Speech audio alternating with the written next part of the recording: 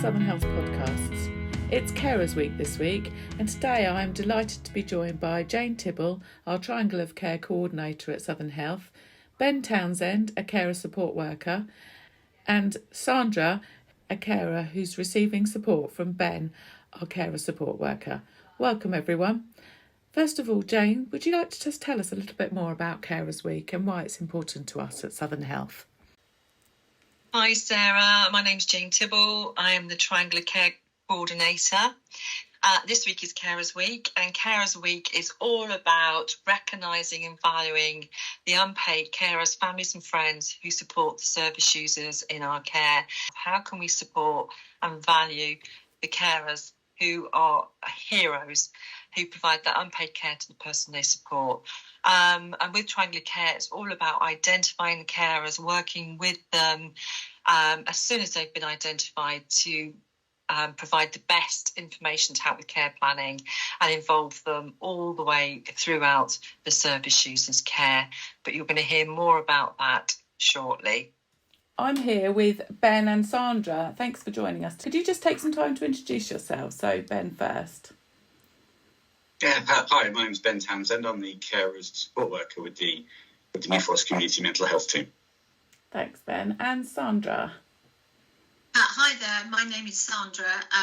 I'm a carer for my husband and have been working with Ben, who has been providing me with carer support for the past year.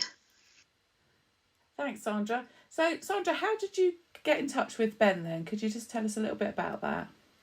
Sure, yes.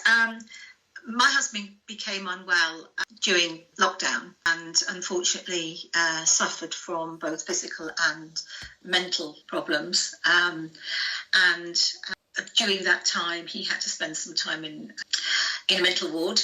And after that, he was provided with a support worker to help him with his recovery.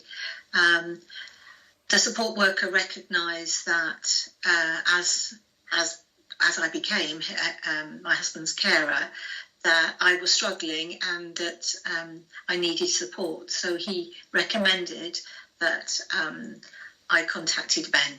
Carer support has a number of meanings, and at first I thought it was going to be some sort of training to make me a better carer, or that I was somehow not being a very good carer and that I needed to be told how to be a better carer. So there was a little bit of trepidation in obtaining the care support, and I wasn't quite sure what to expect when I first went along to meet Ben. That's really interesting, Sandra. So you didn't know what to expect. You thought it might have been some sort of training course to make you a better carer. Okay, so what did Ben give you then? Well, it was totally the opposite. When I first went, my very first meeting with Ben, I started to tell him about my husband and, you know, what I do for him, what I think I ought to be doing as a carer. And he stopped me and he said, "We're not here to talk about your husband. There's plenty of other people within the health service that are supporting him. The purpose of this meeting is to talk about you, and I'd like to hear about you." And as Ben knows, at that point I burst into tears because it was the first time that anybody had actually said that to me, that they didn't need to know about what I was doing for my husband and whether it was good enough or whether it was enough, or what else we could be doing or how I could be a better advocate for him. This was somebody who was actually asking me about how I felt and what it was like going through this process. It took me a while to be able to articulate how I felt, to be honest, because it's not something that you engage with. You as other carers will recognise, you believe that you have a responsibility to care for, and it's down to you. And I think that's where I was when I first came to see Ben. But there was a number of things that during our sessions Ben helped me with. The biggest revelation really was to say to me, you're not there to fix your husband. That's not your role. You're not an expert. You don't know how to do that. So don't take that on as your responsibility. It's not. there's a certain amount you can do, but there's a certain amount that you can't do. So don't expect that you can.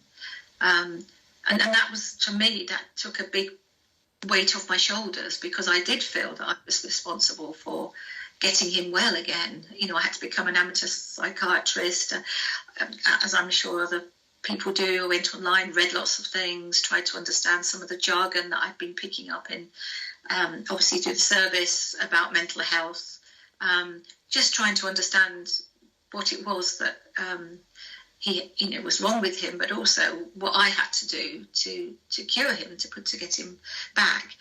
And one of the things during the sessions today that we had earlier was a bit of a revelation as well, although I was probably grieving for the lost relationship and my husband and I, because he's very different now from the person he was before, and maybe I wasn't coming to terms with that very well, and looking to how we could restore our life as it was. And one of the things Ben helped me to understand was about this recovery definition, and that recovery isn't getting back to where you were.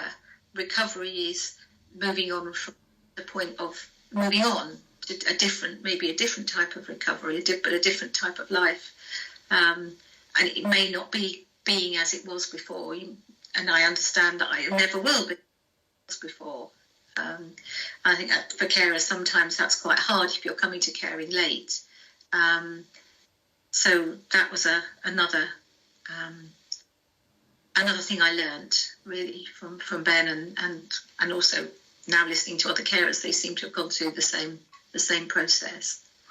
Ben, I mean, you know that what sort of I say state I was in. I don't really mean that, but you know how stuck, I think I used that word, didn't I? And you liked that word, how stuck I was when I first came to see you. I felt powerless.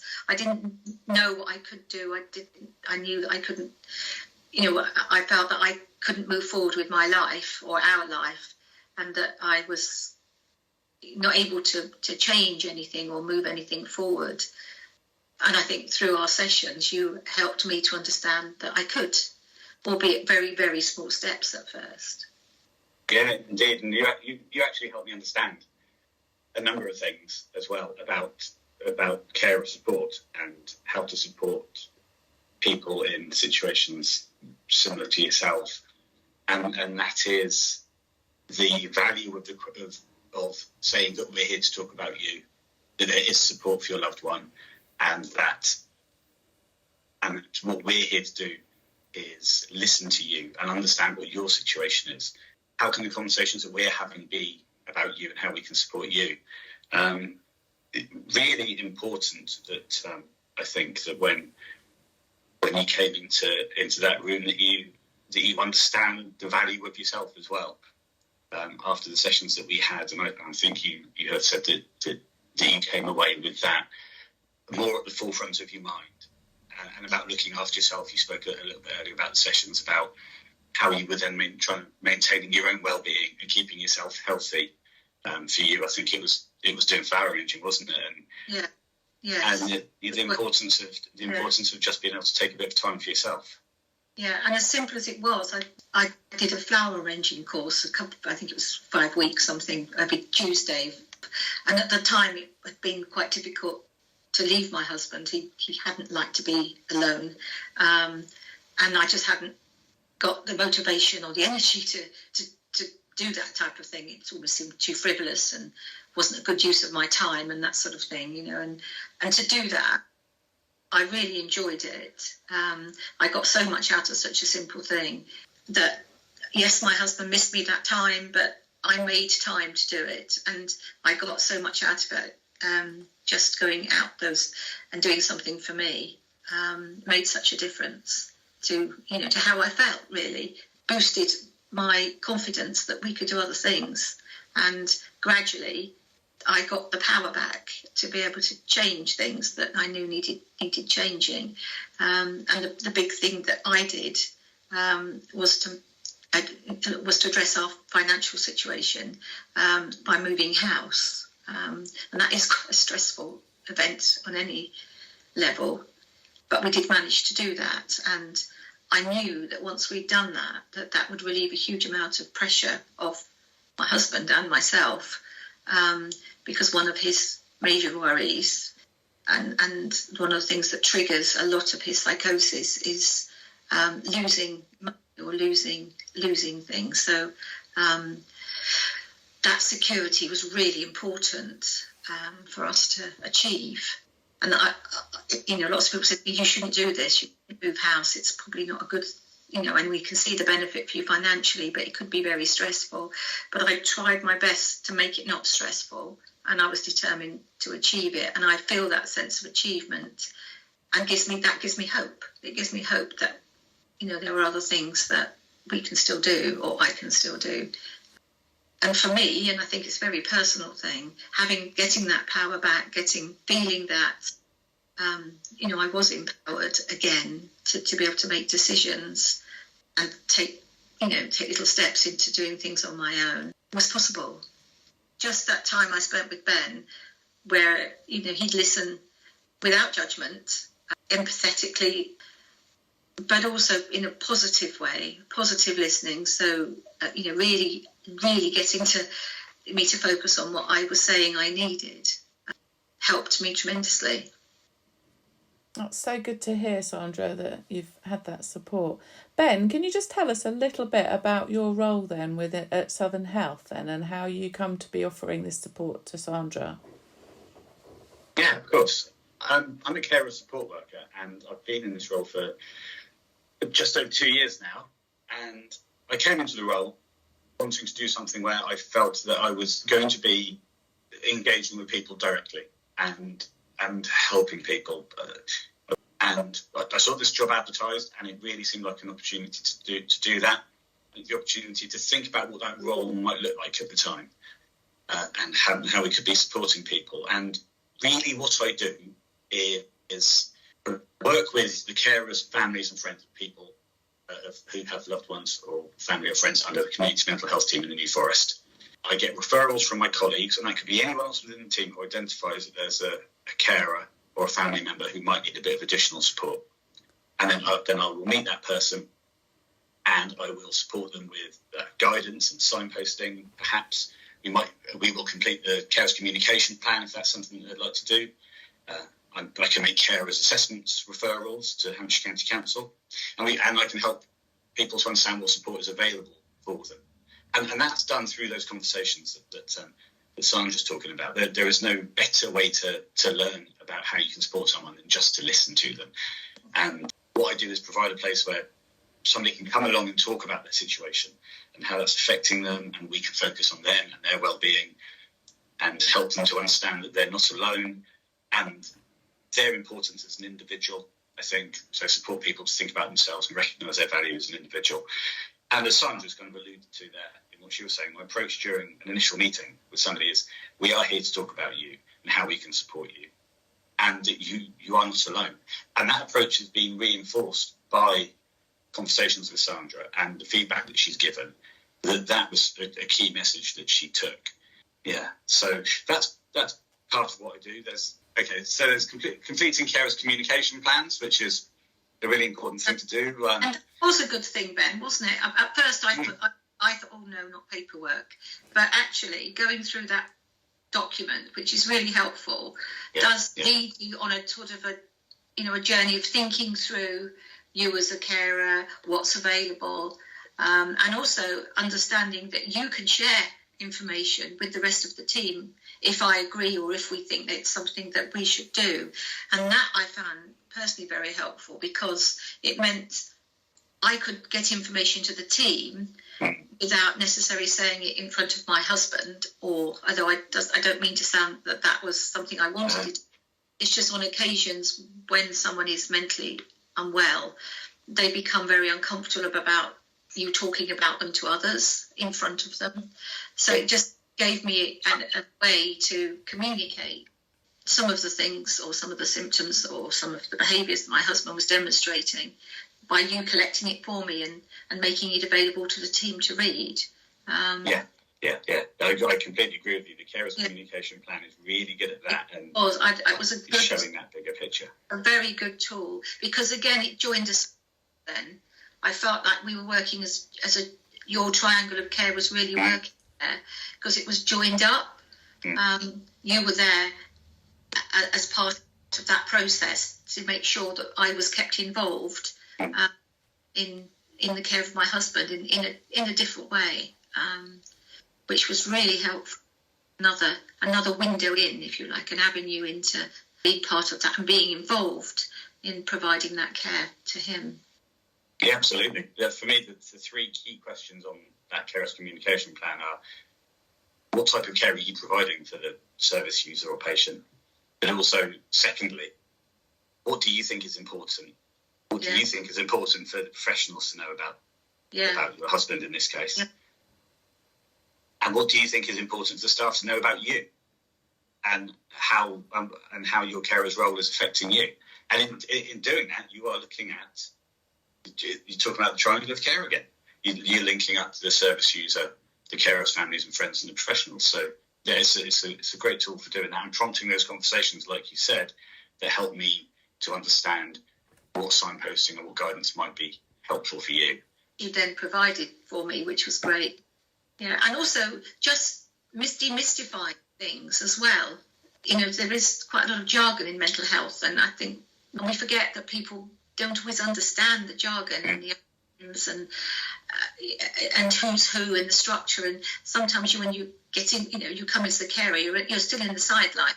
You're not sure of titles. You're not sure of how it all fits, how it all works. So some of the signposting and guidance you gave me was to help me to unravel that a bit, because you gave me documentation that explained that to me, so that I was able to understand where everything fits and how it all works, albeit that it was retrospective. But at the time, when you're in a crisis, obviously things just happen. It's not till afterwards you reflect back and think, oh, how did that happen, and why did that happen, and what was that process, and what information can be shared and what information can't be shared. All of that you don't really have an opportunity to discuss with anybody, because you're the carer. You're on the sidelines, you're sort of listening, but you're not necessarily able to fully understand. So some of the information that you provided me, Ben, helped me to kind of get a bigger picture of what goes on in the whole care process, which was really useful. The other thing about confidentiality that you were talking about and information sharing is that even if there is something in place from the service user or patient that says that we can't share information with people or with specific people, we can still listen, and we can still take your knowledge and we'll say, like, you're an expert by experience. We can listen to you, and through listening to you, support the patient better. Yeah, and also, saying to me that I can go along to this psychiatrist meeting. You encouraged me to do that. I didn't know I was even able to do that. The meeting was with my husband, and I thought that was it. But you said to me, no, you can go to the meeting. So I said, remember we said, and you said, tell them you want to go, and tell them that you want to attend the meeting, which I did, which was really helpful, because I was able to then hear what the psychiatrist said and what my husband said, and try to give him a bit more information that I thought would be useful for him to know about Colin. That encouragement to feel that I'm able to be part of the process, that I have a right to, if you like, isn't always clear. Yeah, so you're really good at helping me do that. That gave me the courage. So that was really helpful. Good. I'm very pleased to hear. And it sounds like you two have developed quite a good relationship in that respect. So can we just talk a bit about trust in this, Sandra? How did you feel when you first started talking to Ben? Well, as I said earlier, I wasn't sure what to expect in the first meeting, just exploring really what the purpose of the session was. But once Ben broke down the barriers and said, this is about you. You say, scream, shout, do whatever you want here. This is for you. I was so relieved that I was able to build trust quite quickly, because that's what I desperately wanted to do, I realised. So to have the opportunity to do it, and I think from Ben's point of view, I felt that the time we were together, he did genuinely listen to what I was needing, was able to provide that and more. And so it just became really beneficial for me to trust him, because it was really going to help me manage and cope with the situation I had found myself in. Yeah, it's very important that the working relationship is really important, that trust is built. You felt you could talk openly and honestly to me, so that I could understand how I could help you. And that was the good thing, because at first you didn't tell me about the communication plan and all the other sort of paperwork things. You didn't say, we're going to fill in this form now. We didn't get to that. It's about, I don't know, session 3, I think, wasn't it? When I was in a position to be able to think more clearly, I think, about my role and what I could and couldn't do, and then how I could move forward. And that's when that type of communication, but that plan, then was of most benefit. It wasn't just something you wanted to tick box and get over with. You chose the time that you thought it would be useful for us to use it as a tool. And I was grateful for that. And it took us a couple of sessions to get through it. We didn't necessarily just stick to it. We did a bit, and then you said, we'll do a bit more next time, and we'll concentrate on something else now, or we'll talk about this that's come out of the form filling process. We'd started to talk about something, and so we let that conversation develop. Yeah, actually, you do remind me of the importance of developing that relationship in that kind of more organic way, and not just hitting people with some hit. Hi, my name's Ben, I'm here to support you, but we're filling out this form first. Yeah. Yeah, absolutely. That's really important. And you also kind of changed my practice as well. When we were having conversations and you reflected back quite quickly into our sessions, that you weren't sure what you were coming into or in for. Initially contact a carer, I make sure that I give them a ring before the first session to say, don't worry, we cut, you're coming in to talk about how we can support you. Yeah, but that's you probably did say that to me, Ben, but in my mind, so much of the service you provide is for the service user. I still thought it was something for them. They were still centre in terms of how can we make sure this carer is doing a proper job to help our service user, because that's the person we're dealing with. Yeah. And I should think that is quite hard to communicate to carers, because we have this belief that our purpose and our responsibility is the person we're caring for, and we take it very seriously, and we hate to think we're not doing it well, and everybody feels guilty they're not doing enough, or did too much, or not getting it right, because there's no job description, is there? There's no rules. There's nowhere you can go and say, right, how do I be a carer? Where's the training course? There isn't one, because you're usually just thrown into that situation, and in some ways I don't even like being called a carer. I don't even like the title or the label. And lots of the carers said it. They just get on with it. It's not something you sort of think, I think I'd like to be a carer. You become it without any choice, really. One of the things I do say to people when I first start working with them is the word carer. I'm a carer support worker. The word carer is it's a jargony word. I appreciate that you're a wife, or you're a mother, or you're a brother or a sister, that you're not a label, you're not the carer's label, you are an individual person, and you have that special relationship with this person, and that's why you're here.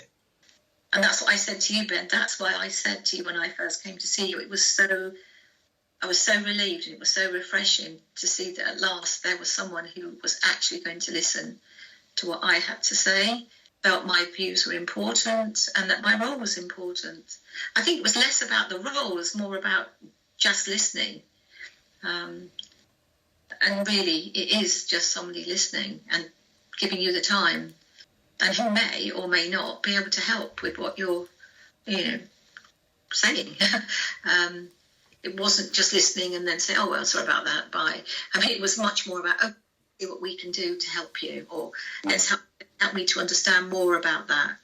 So I think that really, really was beneficial. Interesting. So there should be more of you.